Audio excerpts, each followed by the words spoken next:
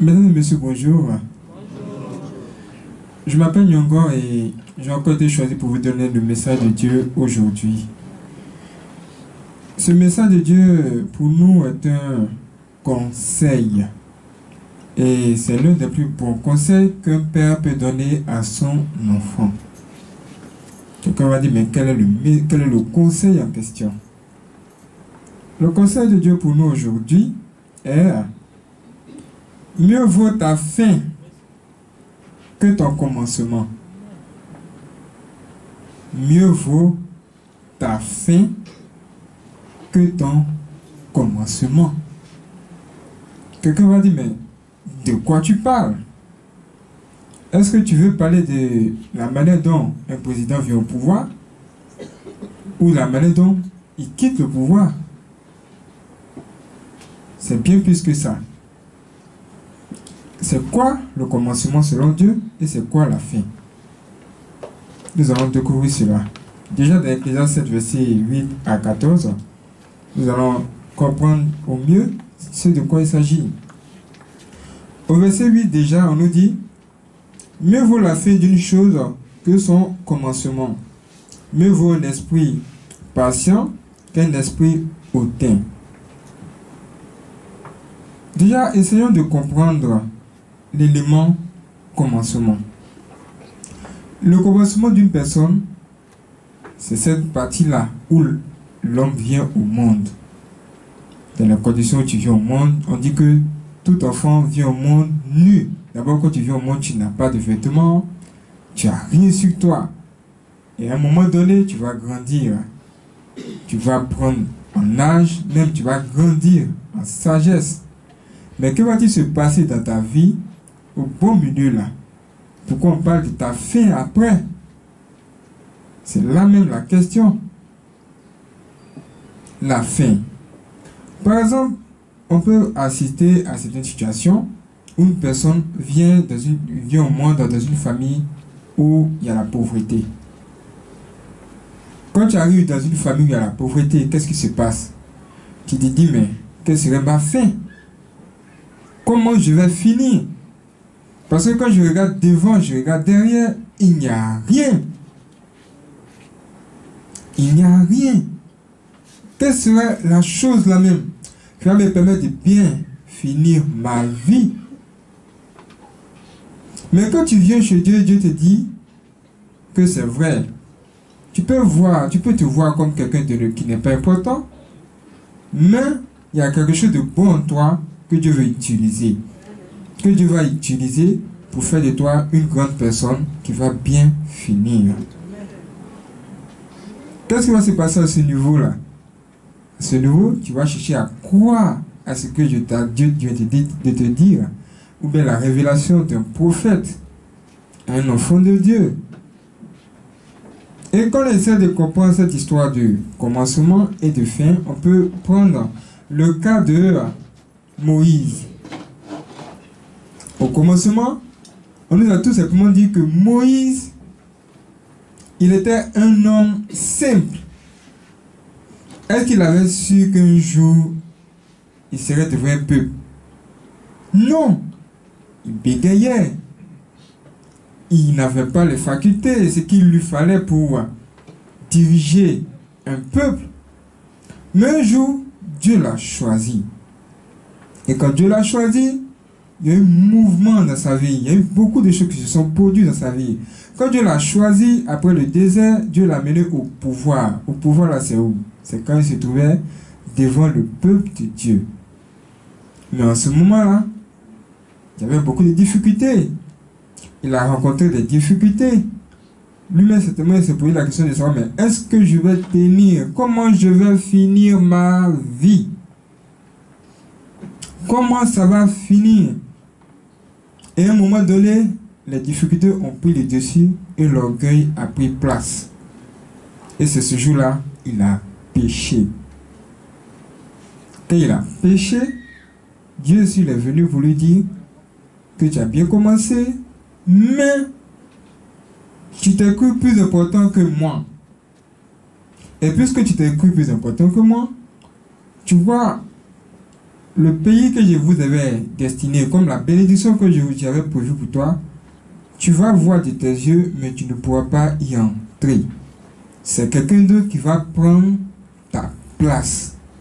À ce moment-là, quelqu'un m'a dit, mais comment c'est passé chez lui? Qu'est-ce qui s'est passé chez lui? Il a bien commencé, mais pourquoi a-t-il mal fini? Il n'a même pas pu entrer dans la bénédiction que Dieu avait réservée à son peuple. Or, il avait travaillé dès le départ. Il a souffert. On nous dit qu'il a fait combien de jours dans le désert? 40 jours dans les difficultés, dans les problèmes, mais il n'a pas réussi à terminer comme il se doit. C'est quelqu'un d'autre qui est venu prendre sa place. Ici, là, la fin de notre vie, c'est cette partie-là même où nous allons perdre la vie. C'est cette partie-là même où tout va finir. Aujourd'hui, quelqu'un peut devenir riche d'un moment à l'autre. Tu ne sais même pas d'où vient sa richesse. Mais attends sa fin, tu vas voir. C'est en fonction de sa fin, tu sauras d'où est vraiment venue sa richesse. C'est pas ce qu'on constate vraiment. Et Dieu nous dit ici aujourd'hui que si nous avons commencé mal notre vie, nous pouvons tout mettre en œuvre pour bien finir. Parce que la fin d'une chose vaut mieux que son commencement. Et nous avons besoin d'un élément pour nous aider. Quel est cet élément? Lisons la parole de Dieu pour en savoir plus. Plus loin, on nous dit, ne te hâte pas en ton esprit de t'irriter, car l'irritation repose dans le sein des insensés. Encore, on nous dit au verset 10, ne dis pas d'où vient que les jours passés étaient meilleurs que ceux-ci, car ce n'est point par sagesse que tu demandes cela. Là, qu'est-ce qui vient? La sagesse. Ça veut dire, pour bien finir sa vie, il faut forcément avoir la sagesse de Dieu. C'est cette sagesse de Dieu là qui va te permettre d'affronter toutes les difficultés de ta vie. Une fois que tu auras réussi par la sagesse de Dieu, tu verras le résultat. La différence sera là. On nous dit au verset 11, la sagesse vaut mieux qu'un héritage, et même plus pour ceux qui voient le soleil. Là encore, on met en valeur la sagesse pour nous dire qu'il faut les préférables qu'un homme qui vient dans ce monde ait la sagesse jusqu'à la fin de sa vie. C'est cette chose-là qui sera une force pour lui, qui va lui permettre de bien terminer sa vie. On dit toujours que dans la vie, il y a des hauts et des bas. On nous dit également qu'il y a le diable qui est là. Si toi tu es sur le bon chemin depuis le commencement, le moment va venir où le diable aussi sera présent devant toi. Tu dois avoir la sagesse de Dieu. Tous ces éléments-là, tu dois les avoir pour être fort jusqu'à la fin. Le diable cherche ta chute. Il veut que tu termines mal ta vie. Donc toi aussi, tu dois être prudent. Nous avons besoin de la sagesse de Dieu. Puis l'on nous dit, car l'homme de la sagesse, on est à l'abri comme à l'ombre de l'argent. Mais un avantage de la science, c'est que la sagesse fait vivre ceux qui la possèdent. La sagesse fait vivre ceux qui la possèdent. Celui qui parle, c'est Ecclésiaste, un homme qui a analysé la vie dans toutes ses dimensions et qui a fini par découvrir que véritablement, il nous faut la sagesse pour qu'on ait la vie. La vie. Quelqu'un va dire, mais qu'est-ce que ça peut m'apporter? Quand on va plus loin, on lui dit, regarde l'œuvre de Dieu. Qui pourra redresser ce qu'il a courbé? Donc, il veut en train de nous dire que tout ce qui est présent sur la terre a été conçu par la sagesse du Dieu Tout-Puissant. Donc toi, si tu veux vraiment bien finir ta vie, même si tu as mal commencé, il te faut à un moment donné rencontrer Dieu.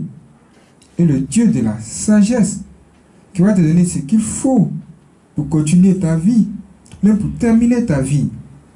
Et on nous dit ici, au jour du bonheur, sois heureux. Et au jour du malheur, réfléchis. Au jour du bonheur, sois heureux. Et au jour du malheur, réfléchis. Au jour du bonheur, sois heureuse.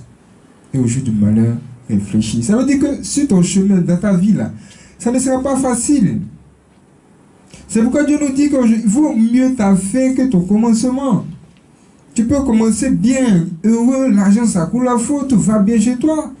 Mais les problèmes peuvent arriver à un moment donné. Comment vas-tu finir? Comment vas-tu terminer ta vie? Au moment où tu seras en train de rendre l'âme là, est-ce que tu vas lever les mains vers le ciel pour dire merci Seigneur parce que j'ai bien vécu, j'ai marché selon ta sagesse? Est-ce que j'ai eu la crainte de Dieu? C'est de ça Dieu est en train de nous parler ce matin. Il faut réfléchir lorsqu'un malheur t'arrive.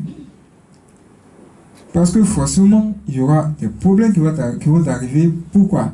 Parce que tu te trouves sur la terre. On nous dit, au jour du bonheur, sois heureux. Au jour du malheur, réfléchis. Dieu a fait l'un comme l'autre, afin que l'homme ne découvre en rien ce qui sera après lui. Ça veut dire quoi? Ça veut dire que nul ne sait quand viendra sa fin. Quand un président vient au pouvoir, là, on sait combien de temps il va mettre là pour finir. Combien de temps, peut-être on dit 5 ans, quel est son mandat, tout ça. Tout le monde est au courant. Mais lui-même qui est au pouvoir, là, qui est heureux, là, il prie pour que le temps ne passe pas vite. Il fait toujours heureux comme ça. Parce que pour lui, c'est le bonheur. Mais la fin, là, ça va venir. Ça peut être pour lui un temps de malheur. Mais il faut que les deux soient ensemble. Parce que si les deux ne sont pas là, il ne peut pas avoir la sagesse de Dieu. Et c'est Dieu qui les a mis ensemble. Pour que nous, qui sommes les enfants de Dieu, nous puissions penser à autre chose après les choses qui se trouvent sur la terre. Tu es né. Forcément, un jour tu vas perdre la vie. Mais tes œuvres doivent t'accompagner. La chose qui va permettre à tes œuvres de briller, c'est la sagesse de Dieu.